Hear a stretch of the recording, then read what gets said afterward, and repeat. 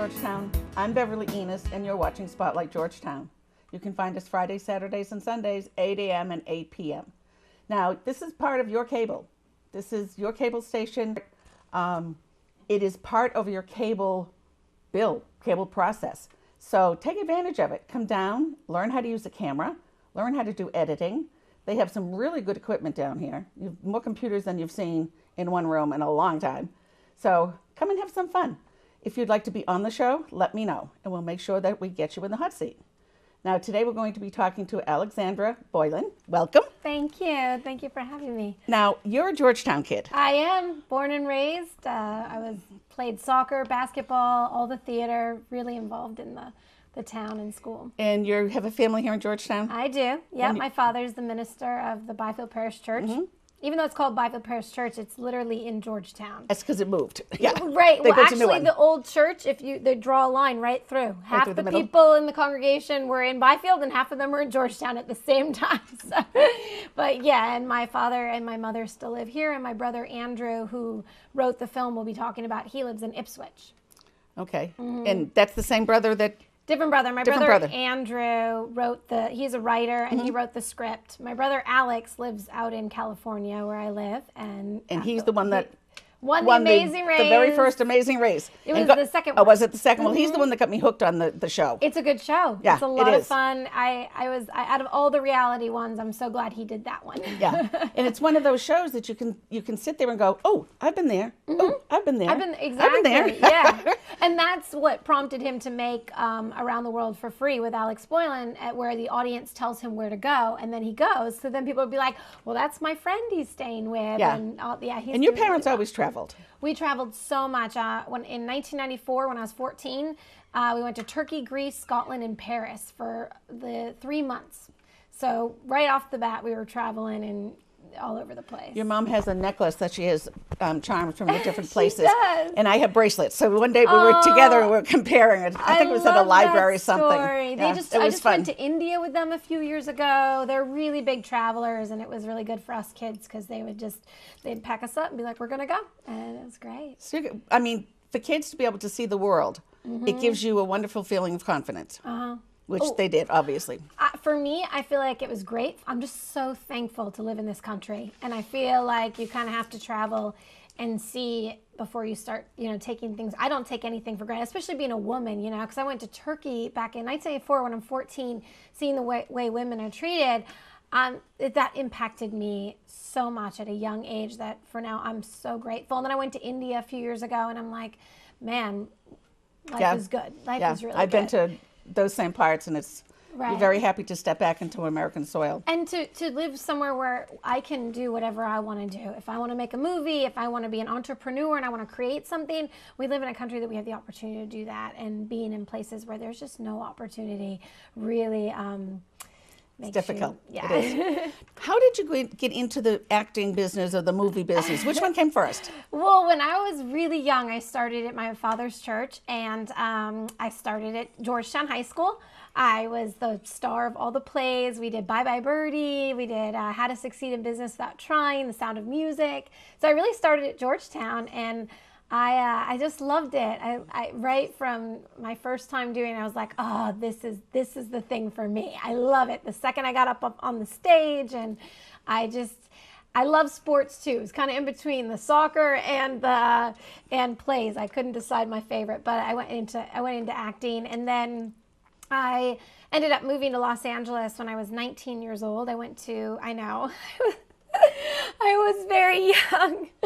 I went to Gordon College and went to Mass for a year, and then I just told my parents, I was like, I just gotta go try it. I gotta try. I feel like if I don't do it now, I'll never do it. And I packed up my Toyota Corolla and I moved out west at 19.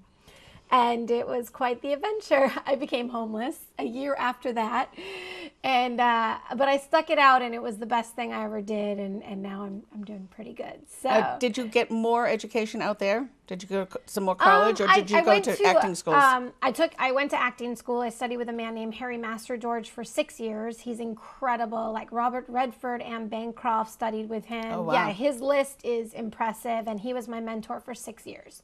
So I did go to school for theater and acting and stuff. But I also went to a school called the Valley College. That I took courses just to keep learning and stuff, but I knew I wanted to pursue the film industry, so I stayed on that course. Now, what was the process to get you where you are today? From California to what you just finished doing? Well, I just finished a feature film. It's entitled Home Sweet Home. It's a thriller, and we made it an independent film. The group of my husband and I own the production company together. He directed the film. And we sold it to Image Entertainment, and that's huge. I mean, it's a tiny independent film, and the statistics are very small of independents getting sold. And we're in Walmart right now. We're in Walmart, Hastings, Best Buy, Target. It's very exciting. Now, you call it an independent film. What makes that different from other movies or films? An independent film is not backed by a studio. So a studio movie, Warner Brothers, Paramount, they will back a movie, give them funding, and know that it's going to get distributed. An independent film is when a group of filmmakers get together and say, you know what, I want to make a film. There's no money. Let's raise some money. Let's throw our own money into it. Let's make it with absolutely no guarantee you'll ever get a distribution deal. That's why it's such a big deal for us that Image Entertainment bought it, because we made this out in the middle of nowhere in Alamogordo, New Mexico. My husband and I paid for it out of our own pocket. We put up the crew, the cast, paid for everything, and we spent 2.5 years making this with absolutely no guarantee that anybody but our parents would see it. We thought, well, maybe our parents will see it and our friends. So we got sales reps, and we went to American Film Market, which is the biggest buying market, that in the Cannes Film Festival. It's in Santa Monica, California. It happens once a year, and buyers from all over the world come in and look at all the films that are up, and they pick what they want to buy. And we got bought last October by Image for U.S. distribution. So then they distribute your film. Right. They buy it. Under their name. Under their name, so it's Image Entertainment, and they pay you money. And they pay me money.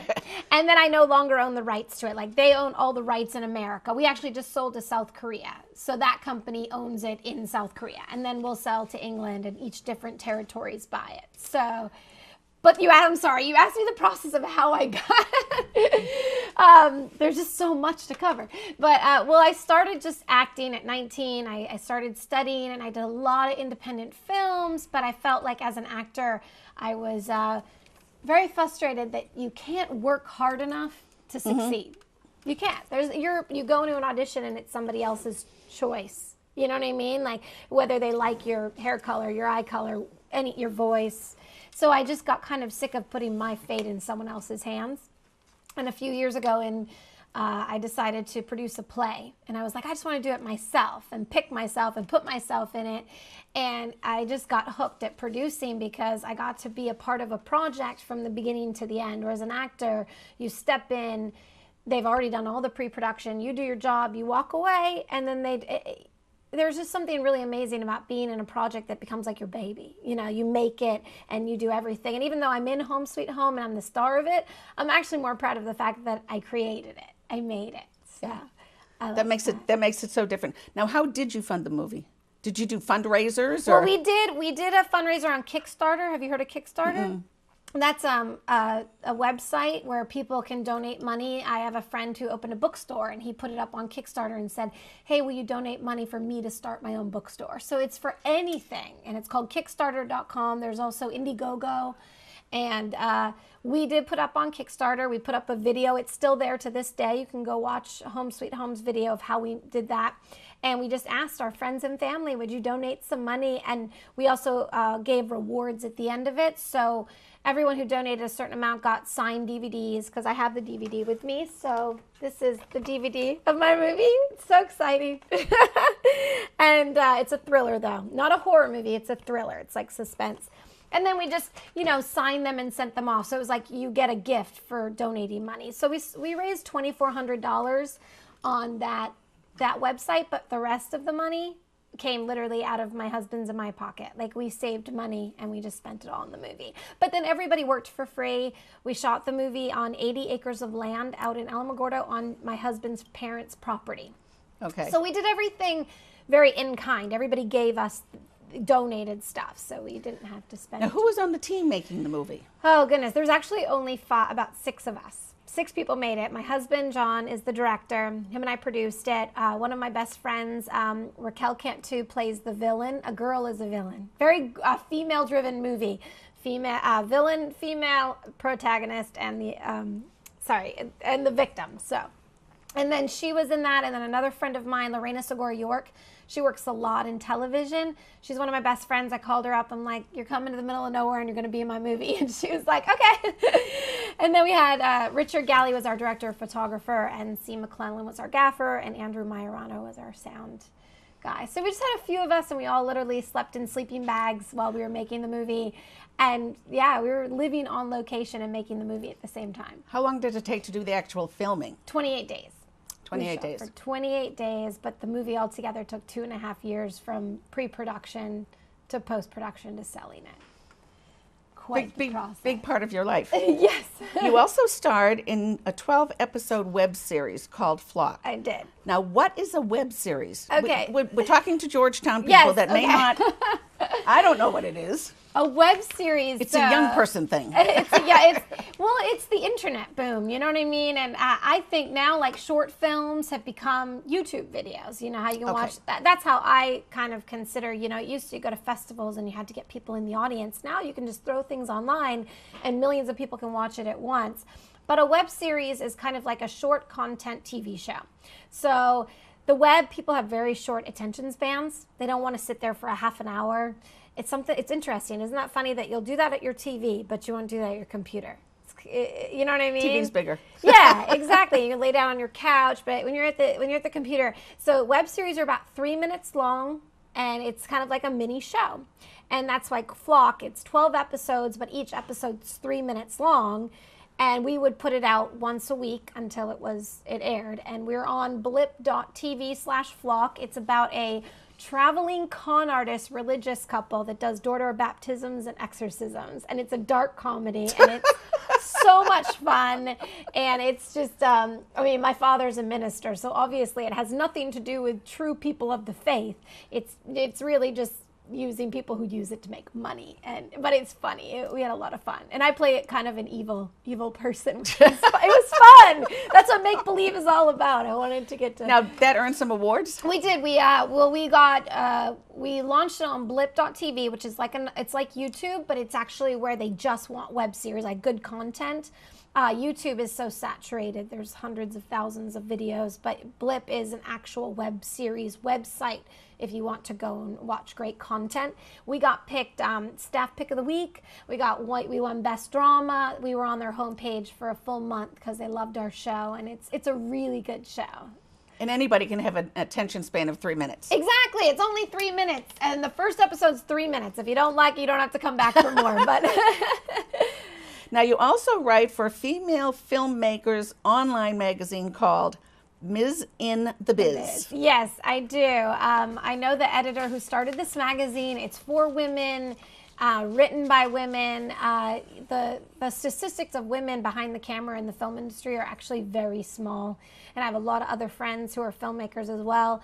And we're always just trying to find ways to empower women and be like, we can do it too. Just because the guys do it, but women, I'd like to see more women visionaries out there, women writers, directors, producers, because I think women tell incredible stories and we don't get to do it that often. I mean, the first woman just won Best Director Academy Awards. That just happened a year ago.